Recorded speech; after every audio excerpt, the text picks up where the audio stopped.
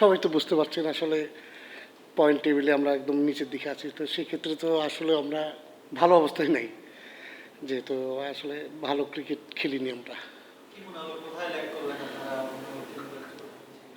দেখেন আসলে টি-20 ম্যাচ তো মানে প্রতিটা সেকেন্ডে ম্যাচ ওরিয়েন্টেড ম্যাচ হয়, তো সেই ক্ষেত্রে আমরা কোথাও না কোথাও তো একটু হয়তো বা মানে ইয়ে ছিল, এই জন্য হয়তো বা আমাদের সেই জিনিসটা হয়নি। সাইফ হাসান কি খুব ডিসঅ্যাপয়েন্টেড করলো, মানে আপনাদের ভাইস ক্যাপ্টেন ন্যাশনাল টিমে আলোচনায় ছিলেন, রান করতে পারলেন না, এটা কি একটা অবস্থা বড় কথা? স্বাভাবিক, এই যে আমাদের দেশের অ্যাসেট একটা প্লেয়ার, সেক্ষেত্রে সে রান যদি করতো, আমাদের টিমও ওইভাবে ওকে নিয়েছে যে ও আমাদের একটা ওরকম একটা পারফর্ম করবে, কিন্তু আর আল্লাহ দিলে ও তো করতে পারেনি আর কি। তো তার জন্যে আমরা দোয়া করি যেন ওয়ার্ল্ড কাপে যেন আমরা ভালো ক্রিকেট খেলে। আপনারা খুব ভালো ফ্লোতে ছিলেন 5 ম্যাচ পর্যন্ত বা 4 ম্যাচ পর্যন্ত। এরপরে কি হলো? মানে টিমের মধ্যে অনেক অ্যালিগেশন এসেছে, কেউ রুমে ঢুকে পড়েছে, অনেক কথা হয়েছে, মানে শেষ পর্যন্ত ওগুলাই কি মানে প্লেয়ারদের উপর এফেক্ট ফেলেছে কি? লাস্ট 5 ম্যাচের রেজাল্ট কি এটাই বলো?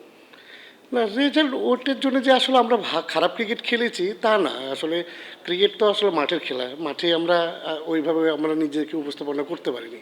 তার ভিতরে ওইটা একটু ইস্যু থাকতে পারে, কিন্তু আমরা মাঠেই যে বৃত্তের ভিতরে আমরা ভালো ক্রিকেট খেলিনি। ভাই, সাইফকে নিয়ে একটু আমি জানতে চাচ্ছি যে গাড়ির এক্সপার্ট জর্জ স্যাপ এবং মাইল্ড অন হ্যান্ডস টেকনোলজি সমৃদ্ধ অরিক্স ক্রিস্টাল ওয়াশ আপনার লন্ড্রি এক্সপার্ট। কাছ থেকে দেখলেন সাইফকে, সামনে যেখানেই হোক ওয়ার্ল্ড কাপে তো এখনো খেলার সম্ভাবনা শেষ হয়নি, কিভাবে নেটে কিরকম দেখলেন? ম্যাচ কন্ডিশনে তার সমস্যাগুলো কোথায় আপনার কি মনে হয়? সে তো আমাদের একটা ভাইটাল প্লেয়ার হয়ে গেছে। আমরা যখন প্র্যাকটিসটা হচ্ছে আমাদের ম্যাক্সিমাম টাইমে, তখন কিন্তু 100% তার শর্টস কোয়ালিটি সব কিছু কিন্তু 100% হচ্ছে। মানে কালকেও যখন আমরা নিট করছি, সব থেকে ভালো ব্যাটিং করছে সাইফ হাসান। কিন্তু ভাই লাস্ট কয়েকটা সিরিজও সে ভালো ক্রিকেট খেলছে বাংলাদেশের হয়ে, কিন্তু আসলে আমাদের এই টুর্নামেন্টে সে আসলে সাকসেস হতে পারেনি। এটা কি উইকেটের কারণে হতে পারে? একটু স্লোনেস অফ উইকেট। আজকের উইকেট খুব ভালো ছিল। আজকে আমাদের উইকেট কিন্তু আপনারা দেখবেন, আপনারা ম্যাচটা যেহেতু আপনারা দেখছেন, আজকের উইকেট কিন্তু অনেক ভালো ছিল। সেকেন্ড হাফে ব্যাটিং করার জন্য আরও ভালো ছিল। আমরা দেখেন এত আমরা পাওয়ার প্লেতে বেশ উইকেট ফল করছি, তারপরে আমরা 170 রান করছি।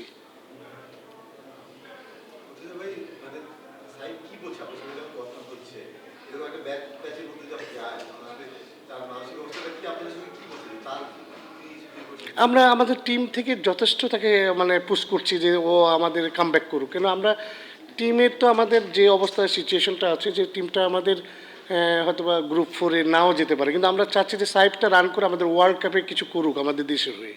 এটা আমরা ট্রাই করছি, এবং টিম ম্যানেজমেন্ট থেকে ওভারঅল সবাই আমরা ওই জিনিসটাকে আশ্বস্ত করছি এবং কনফিডেন্স দিচ্ছি আমরা কন্টিনিউ। আপনার জীবনে এরকম বাজে ফিল্ডিং কতবার দেখছেন? জি স্যার, টিমের এরকম ফিল্ডিং পারফরম্যান্স কতবার দেখছেন?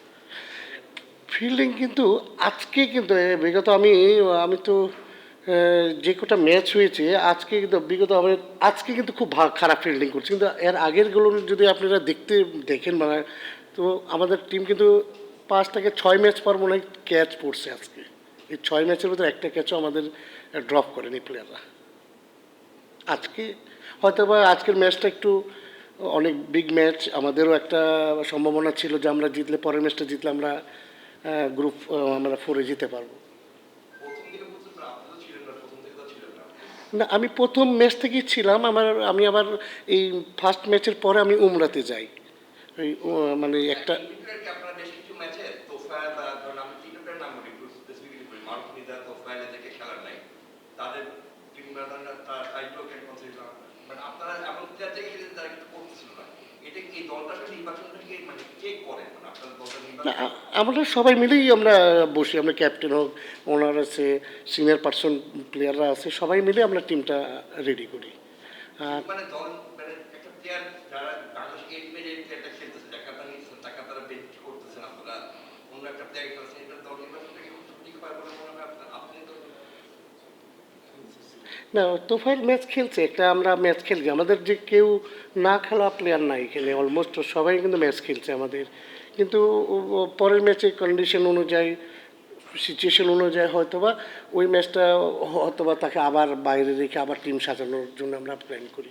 আর আপনারা না লাস্ট থেকে আপনি তো আপনাকে না মানে আপনার দলটা একটা অনেক আলোচনায় ছিল আপনাদের মোবাইল চলে গেল আপনাদের গুলবাজের সকালে রুমে একটা দলের সাইড থেকে প্রশ্ন করা হলো মানে আজকে জিজ্ঞেস করলো অনেকে বলতে সাইড হয়েছে ফোনের পরে আর আগে বলছে অ্যাজ আ কি এটা আসলে কোথায় ইম্প্যাক্ট হয়েছে পুরো জার্নিটা কত কিছুটা তো অবশ্যই মানে কিছুটা তো আপনারা নিজেরাও মিডিয়াতে জানেন যে কিছুটা হলেও তো এর ইম্প্যাক্ট একটু পড়ছে আমাদের।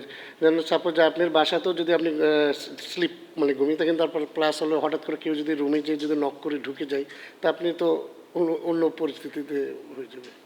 তো একটু এটা কি পুরো আপনি মানে ক্রিকেটারদের নাকি ম্যানেজমেন্টের দায়িত্ব সেইটাও আমি বলতে পারছি না যে আসলে আমরা কোচ আজকে নাসির ব্যাটিং এ না সিচুয়েশনে কি কারণ না নাসিরের ওর হিপে লাগছে আর হিপে পেইন আছে ওর অর্ডার ব্যাটিং অর্ডার যে জায়গায় নামে ওই জায়গায় ছিল কিন্তু ও পরে আমাদের যে ফিজিও আছে সে বলছে যে ও এখন মানে মাঠে ব্যাটিং করার মতন অবস্থা নেই।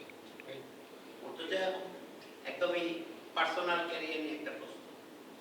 প্লেয়ার মতো মুর্তজা, অ্যাসিস্ট্যান্ট কোচ মুর্তজা, কখনো উইকেট কিপিং কোচ কিংবা ফিল্ডিং কোচ কিংবা জাস্ট কোচিং স্টাফের মেম্বার, অ্যাট লাস্ট